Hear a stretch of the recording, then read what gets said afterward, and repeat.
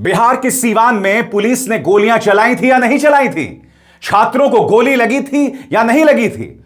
और ऐसे में अगर राहुल गांधी ये मुद्दा उठा रहे हैं, तेजस्वी यादव अगर ये मुद्दा उठा रहे हैं, तो क्या वो अराजकता मचा रहे हैं? भाजपा का यही तर्क है।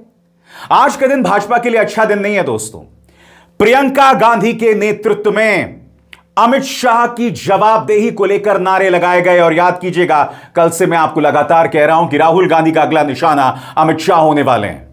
सबसे बड़ी बात, आज सुप्रीम कोर्ट में चीफ जस्टिस सूर्यकांत ने कहा कि अगर कोई आंदोलन हो रहा है तो इसका मतलब यह नहीं कि आप लाठियां चलाने लगें। अगर आंदोलन शांतिपूर्वक तरीके से हो रहा है तो लाठियां चलाने की जरूरत नहीं। और मैं आपको बताना चाहता हूं कि अब विपक्ष इस पर दबिश डाल रहा है अदालत में। सांसद मनोज कुमार झा इसको लेकर अदालत जा रहे हैं, जिस बर्बरता के साथ 20 जुलाई को पुलिस ने लाठियां चलाई थी।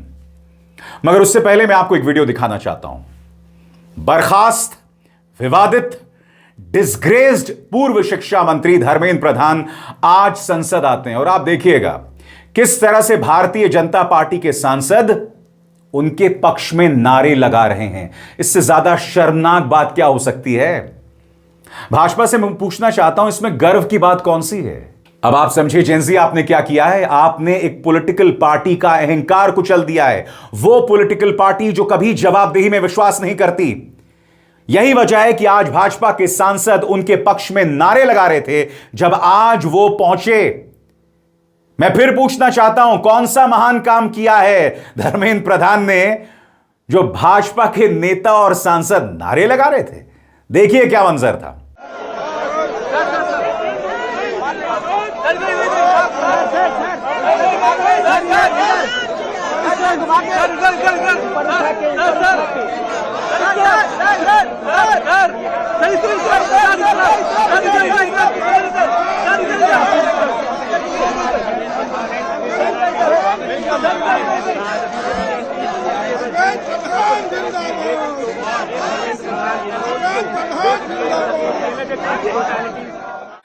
आज का दिन बहुत बवाली दिन रहा दोस्तों संसद में। जैसे मैंने बताया, विपक्ष जो है वो अमित शाह के खिलाफ एकजुट रहा। हम उसकी चर्चा करेंगे, मगर सबसे पहले दोस्तों यह है बिहार की वो तस्वीर जब एक पुलिसकर्मी गोलियां चला रहा था, वो भी AK-47 के जरिए। इसे सस्पेंड कर दिया गया है। छात्र घायल हैं, जिनसे मिलने तेजस्वी यादव अस्पताल गए। फिर भी राहुल गांधी ने मुद्दा उठाया तो संबित पात्रा जी को मिर्ची लग रही है। मैं आपको बताना चाहता हूं कि राहुल गांधी ने आज तक की इस खबर का हवाला दिया है, जिसमें आज तक कह रहा है आपके स्क्रीन पर, पुलिस AK-47 के साथ कंट्रोल कर रही प्रदर्शन, छात्रों का प्रदर्शन, AK-47 से फायरिंग। मैं सवाल पूछना चाहता हूं, ये छात्र क्या जानी दुश्मन है आपके, या पुलिस के कुछ लोग मानकर चल रहे हैं देशद्रोही हैं? AK-47 से आप गोली चला रहे हैं साहब, जान से मार देना चाहते हैं। और संबित पात्रा ऐसे पुलिस वालों को डिफेंड कर रहे हैं। सबसे पहले मैं आपको बतलाना चाहता हूं राहुल गांधी क्या कह रहे हैं आपकी स्क्रीन पर, और मुझे बताइएगा कि राहुल गांधी यहां जो कह रहे हैं उसमें क्या कुछ गलत कहा, क्या दंगा भड़काने वाली कोई बात कही? गौर कीजिए। छात्रों के खिलाफ पूरा का पूरा सिस्टम ही जानलेवा है। खबर आ रही है कि बिहार में प्रदर्शन कर रहे छात्रों पर AK-47 से गोलियां चलाई गई और सैकड़ों छात्रों को गिरफ्तार कर उन पर FIR की जा रही है। मोदी जी, कहां गया आपका वादा कि छात्रों पर कोई FIR नहीं की जाएगी और उन्हें रिहा कर दिया जाएगा? उल्टा उन पर घातक हमले और बर्बरता की जा रही है। दिल्ली में छात्रों पर पैलेट गन चली और बिहार में AK-47। उत्तर प्रदेश, पश्चिम बंगाल, बिहार हो या दिल्ली, हर जगह पैटर्न एक ही है। पहले भी कहा है, यह सरकार झूठी है, सुधार इनके बस का नहीं है, अपनी बातों से मुकर जाएगी और हर तरकीब से छात्रों की आवाज दबाएगी। मोदी जी, देश के छात्रों से माफी मांगिए और जिन्होंने छात्रों पर हमला किया है, उन्हें कुचला है, उन पर कार्रवाई कीजिए, छात्रों पर नहीं। हद हो गई है। ये इन्होंने अभी भी FIR दर्ज की है स्टूडेंट्स के खिलाफ, शायद कल रात को या आज सुबह, बिहार में, बंगाल में। तो ये अपनी आदतों से बाज तो आए नहीं है। और मैंने सुना है, वेरीफाइड नहीं है, लेकिन मैंने सुना है कि जो लड़कियां गई थी प्रोटेस्ट में, कई लड़कियों के पेरेंट्स को फोन आ रहे हैं, उनको धमकाया जा रहा है कि तुमने अपनी लड़कियों को भेजा। क्या मतलब है? क्या हमारे देश में लड़की प्रोटेस्ट नहीं कर सकती? क्या मतलब है? Pellet guns, AK-47 are these terrorists? What is wrong with this? और मैं आपको बतलाना चाहता हूं संबित पात्रा इस बारे में क्या कह रहे हैं। संबित पात्रा कहते हैं, बहुत दुखद विषय है कि कुछ समय पहले विपक्ष के नेता राहुल गांधी ने जिस प्रकार का ट्वीट किया, यह एक तरह का महापाप है, गैर जिम्मेदाराना है। एक बार फिर देखिए दोस्तों, किस तरह से पुलिसकर्मी AK-47 के जरिए गोलियां चला रहा है। महापाप क्या है? राहुल गांधी अपनी बात रखते हुए हमारे छात्रों के लिए, या वो पुलिसकर्मी? सुनिए संबित पात्रा का यह वाहियात तर्क। बहुत ही दुखद विषय है। कुछ समय पहले LOP आदरणीय राहुल गांधी जी ने जिस प्रकार का ट्वीट किया है, जिस प्रकार का वक्तव्य दिया है, यह कहा है कि पुलिस ने छात्रों पर AK-47 से फायरिंग की है। मुझे लगता है ये न केवल इर्रेस्पॉन्सिबल अपितु एक तरह से ये पाप है। देश में इस प्रकार से हिंसा भड़काने की कोशिश, अराजकता भड़काने की कोशिश LOP राहुल गांधी कर रहे हैं, यह अपने आप में घोर अन्याय है। खुद CJP ने, आप सभी ने देखा कि किस प्रकार से प्रोटेस्ट को कॉल ऑफ किया, किस प्रकार से माननीय नड्डा जी, माननीय जितेंद्र जी से बातचीत हुई, उसके बाद प्रोटेस्ट जंतर मंतर से समाप्ति की घोषणा की गई। मगर यह कहना आज कि AK-47 में, बार बार इस शब्द पर एम्फेसिस दे रहा हूं, कौन सी पुलिस देश में AK-47 से गोली चलाती है? कौन सी पुलिस छात्र आंदोलन पे AK-47 से गोली चलाती है? सबसे बड़ी बात, जैसे मैं आपको बता रहा हूं, आपका पालतू चैनल आज तक वो ये खबर दिखाने को मजबूर है, तो यहां पर कौन सा झूठ बोल रहे हैं? तेजस्वी यादव, तस्वीर देख सकते हैं, उन छात्रों से मिल रहे हैं जो घायल हैं। क्या ये तस्वीरें भी झूठी हैं? क्या यह भी गलत है? शर्म आती है भाजपा के नेताओं को। मैंने कहा ना दोस्तों, जेनजी आपने इनके अहंकार को कुचला है, इसलिए धर्मेंद्र प्रधान का ऐसे स्वागत किया जा रहा है। इसलिए अभी AK-47 दागने वाले पुलिसकर्मियों को डिफेंड किया जा रहा है। सुनिए क्या कह रहे हैं तेजस्वी यादव कि जब आप एक अपराधी को मुख्यमंत्री बनाएंगे तो आप क्या उम्मीद करेंगे। सुनिए उन्होंने क्या कहा। जिसपे खुद 7 हत्या के मुकदमे हैं, दुर्भाग्य है कि पुलिस को भी गुंडा बनाने का काम किया। कल AK-47 जो है छात्रों पर जो है चलाई गई। 3 समाज के जो छात्र हैं वो घायल, और हर जगह ये खबरें आ रही है कि बिहार में अलग अलग जिलों में जो है गलत तरीके से जो है कार्रवाई की है, लोगों पर लोगों पर फर्जी मुकदमा किया है। तो कहना चाहेंगे कि कल तक अगर यहाँ नहीं करोगे तो हम लोग एक बड़ा आंदोलन करेंगे। और अब एक जरूरी संदेश, सच के इस सफर में मेरा साथी बनिए, मेरा चैनल ज्वाइन कीजिए और इनमें से एक विकल्प, एक ऑप्शन चुनिए। शुक्रिया दोस्तों। इन तस्वीरों को एक बार फिर देखिए। तेजस्वी यादव घायल छात्रों से मिल रहे हैं। 4 तस्वीरें, और यहां पर तेजस्वी लिख रहे हैं, पुलिस की गोली से घायल छात्र प्रदर्शनकारियों से मुलाकात कर उनका कुशल क्षेम जाना। लोकतंत्र में शांतिपूर्ण विरोध प्रदर्शन आवश्यक अधिकार है जो नागरिकों को अपनी असहमति और विचार व्यक्त कर निरंकुश सत्ता को जवाबदेह बनाता है। बिहार सरकार छात्रों पर गोली चलाने वाले पुलिस कर्मियों पर अविलंब कार्रवाई करे। मैं फिर आपसे पूछना चाहता हूं दोस्तों, क्या यही जवाब है आपका? सवाल किया जाना चाहिए। और दिल्ली के अंदर जो पैलेट गन चलाई गई, जो बर्बरता हुई, उसमें जवाबदेही किसकी है? अब तक हमने अमित शाह को नहीं देखा, गायब हैं। पहलगाम में आतंकवादी हमला हुआ, अमित शाह गायब। दिल्ली में दंगे हुए, अमित शाह गायब। यहां पर भी अमित शाह कहीं नहीं दिखाई दे रहे, मगर विपक्ष ने उनके खिलाफ मुहिम छेड़ रखी है। यहां पर देखिए, संसद के बाहर नारे लगाए जा रहे हैं, अमित शाह जवाब दो, लाठियों का हिसाब दो। देखिए, अमित शाह जवाब दो, अमित शाह जवाब दो, अमित शाह जवाब दो, अमित शाह जवाब दो, गोली की सरकार नहीं चलेगी, नहीं चलेगी, लाठी गोली की सरकार नहीं चलेगी, नहीं चलेगी। शाह जवाब दो, जवाब दो, जवाब दो। और मैं आपको बतलाना चाहता हूं दोस्तों, प्रियंका गांधी के नेतृत्व में यह सब हुआ। प्रियंका गांधी यहां पर कह रही हैं बिहार और पश्चिम बंगाल में अभी भी छात्रों के खिलाफ एफआईआर दर्ज की जा रही है, जबकि बात हुई थी कि ऐसा नहीं किया जाएगा। ऐसे में फायदा क्या हुआ, यह सवाल लगातार किया जा रहा है। विपक्ष मैदान में है और संसद में मैदान में है। सांसद पप्पू यादव कह रहे हैं कि हमारे बच्चे अपराधी नहीं हैं जो आप उनके साथ ऐसा बर्ताव करेंगे। देखिए अपने ही अंदाज में पप्पू यादव तमाम बैनर्स के साथ आए हुए हैं और उन्होंने अपनी बात किस तरह से रखी। भैया इतना बड़ा बच्चे देश के आतंकवादी हैं, हमारी बेटी क्या अपराधी है, क्या गुनाहगार है? क्या आवाज उठाना अपने अधिकार की, अपने सपनों के लिए क्या ये गलत है? क्या आप एनएसए का धमकी देंगे? क्या रात रात भर आप तंग करेंगे? क्या रात रात भर बच्चों के घर उनके माँ बाप को तंग करेंगे? 47 से आप गोली चलाएंगे, उसके बाद उसका इलाज नहीं करेंगे? पटना में छात्र अध्यक्ष पटना यूनिवर्सिटी सहित 300 और विधायक, माले के विधायक को आप जेल भेज देंगे? इतना बड़ा जुल्म करेंगे? इस तरीके से लगातार बिहार में अभी तक 800 बच्चों को जेल भेज दिया गया और आतंक का माहौल पैदा किया जा रहा है। पटना पुलिस बच्चों के साथ आतंकवादी का व्यवहार कर रही है। उसके बाद आप कह रहे हैं, देखिए ये देखिए, ये देखिए, ये देखिए, ये देखिए, उसके बाद आप कह रहे हैं क्या करना चाहिए?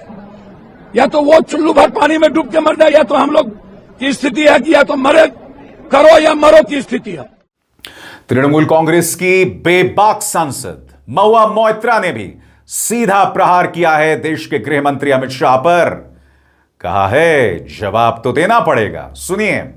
Who is responsible for the brutality? Both the CRPF and the Delhi police report to one man, that is Amit Shah. So either Amit Shah gave the orders, in which case he must answer, and B, if he is the minister and he didn't give the orders, then also he must answer. We have seen that the CRPF RAF IG, the first woman IG, has herself admitted that excessive use of force and out of protocol systems were taken up on that day. An investigation has shown over 7 rounds of PAGs were used, pellet guns were used. The Delhi police and the central government has laid siege to every hospital. We are not even being allowed to meet with the injured protesters or talk to the families. Amit Shah has to come and answer for the brutality. That is the only demand of the opposition today. They have to come to answer and be accountable for the brutality. We are not interested in what the government has to say. We are not interested in any deal making, any compromise. This is the most important, that he must answer for the brutality. संसद में आगे क्या हुआ वो भी मैं आपको बताऊंगा, मगर आज सुप्रीम कोर्ट में भी सरकार और दिल्ली पुलिस के लिए अच्छा दिन नहीं था। गौर कीजिए इस खबर पर जो आपकी स्क्रीन पर है। Chief justice of India Suryakant ने कहा, शांतिपूर्ण और डेमोक्रेटिक तरीके से विरोध करने का अधिकार संविधान के तहत है। जब तक यह शांतिपूर्ण आंदोलन है उसके खिलाफ अति यानी जरूरत से ज्यादा अत्याचार नहीं हो सकता। अगर इसे लाठीचार्ज से दबाया जाता है तो उसकी स्वतंत्र रूप से जांच होनी चाहिए। यह सिर्फ दिल्ली का मामला नहीं है। प्रोटोकॉल में एक रूपता जरूरी है। सिर्फ इसलिए कि वहां आंदोलन है इसका मतलब यह नहीं कि लाठीचार्ज किया जाएगा। दिल्ली प्रोटेस्ट में जो बर्बरता पुलिस ने की, जिसकी ढेरों मिसालें आपके सामने हैं, जो गोदी मीडिया आपको नहीं दिखाएगा, इस पर चीफ जस्टिस ऑफ इंडिया ने तल्ख तेवर अपनाए हैं। और मुझे इस बात की बेहद खुशी है कि चीफ जस्टिस ऑफ इंडिया इस बारे में अपनी राय बुलंद कर रहे हैं। और मैं उम्मीद करता हूं दोस्तों कि इस पर एक समिति का गठन होगा, एक स्वतंत्र समिति, क्योंकि साफ तौर पर दिख रहा है कि किन पुलिस वालों ने जुल्म किया है। साफ तौर पर दिख रहा है उस पुलिस वाले का चेहरा जिसने डंडा एक लड़की के प्राइवेट पार्ट में घुसाने की कोशिश की। साफ तौर पर दिख रहा है कि किस तरह से एडिशनल डीसीपी रमनदीप लांबा थप्पड़ मार रहे हैं। यह सब दिख रहा है। साफ तौर पर दिख रहा है 10 साल के एक बच्चे को किस तरह से थप्पड़ मारा जा रहा है और कोई इससे बच नहीं सकता। लिहाजा चीफ जस्टिस ऑफ इंडिया की जो टिप्पणी है वो स्वागत योग्य है। मगर आज संसद में भी जबरदस्त बवाल हुआ। संसद के अंदर क्या माहौल था, आइए ये वीडियो देखते हैं। जब कार्रवाई को स्थगित कर दिया गया, जब एक बिल इंट्रोड्यूस किया जा रहा था, और वो बिल कौन सा था, बस कुछ देर बाद। मगर देखिए संसद के अंदर, यानी कि संसद के अंदर से लेकर बाहर तक बवाल था। देखा जाए।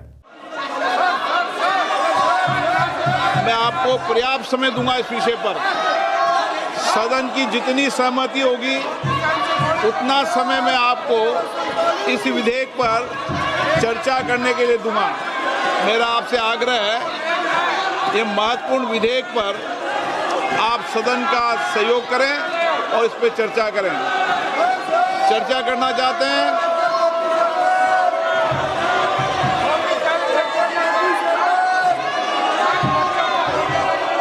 आप बहुत दिनों से मांग कर रहे थे जिन विषयों पर, उसके विषय पर चर्चा है आज।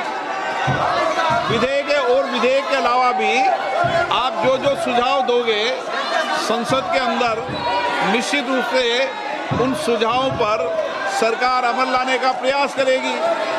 यही लोकतंत्र है, सबके मत सबके विचार आए, और लोकतंत्र की यही प्रक्रिया में मैं सदन से अपेक्षा करता हूं कि आप नारेबाजी तख्तियों की जगह चर्चा करें, संवाद करें, अपने मत और विचारों को रखें।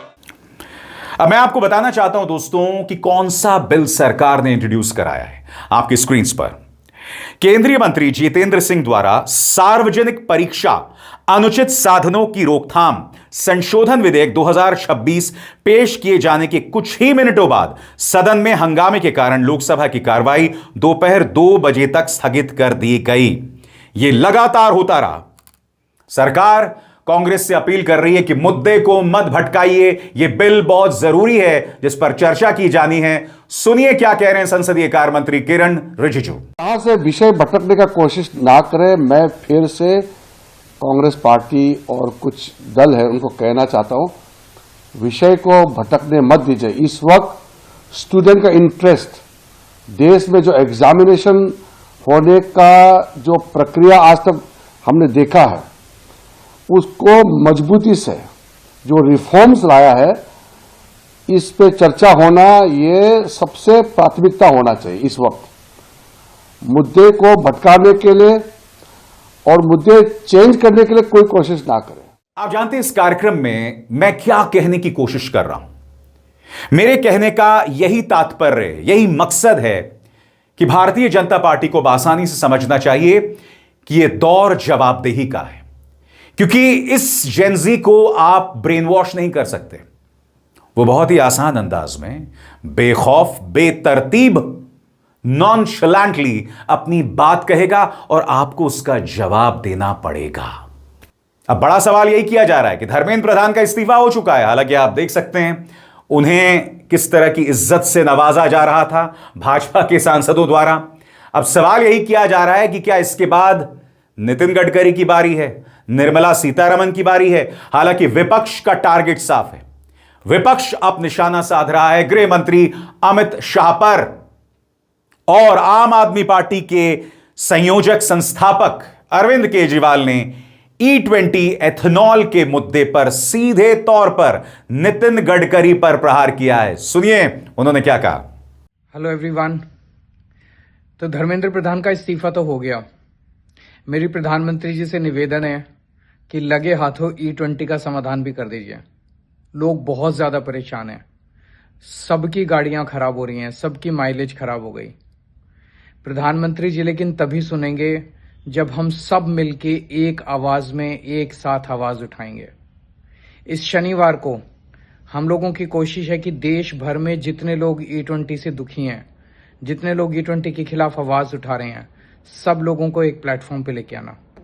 इसका नाम रखा है नेशनल टाउन हॉल। 11:30 बजे आप सब लोग नेशनल टाउन हॉल में पार्टिसिपेट करने के लिए आमंत्रित हैं।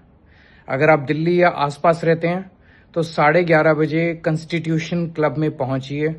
वहां आपको अपनी बात रखने का मौका दिया जाएगा।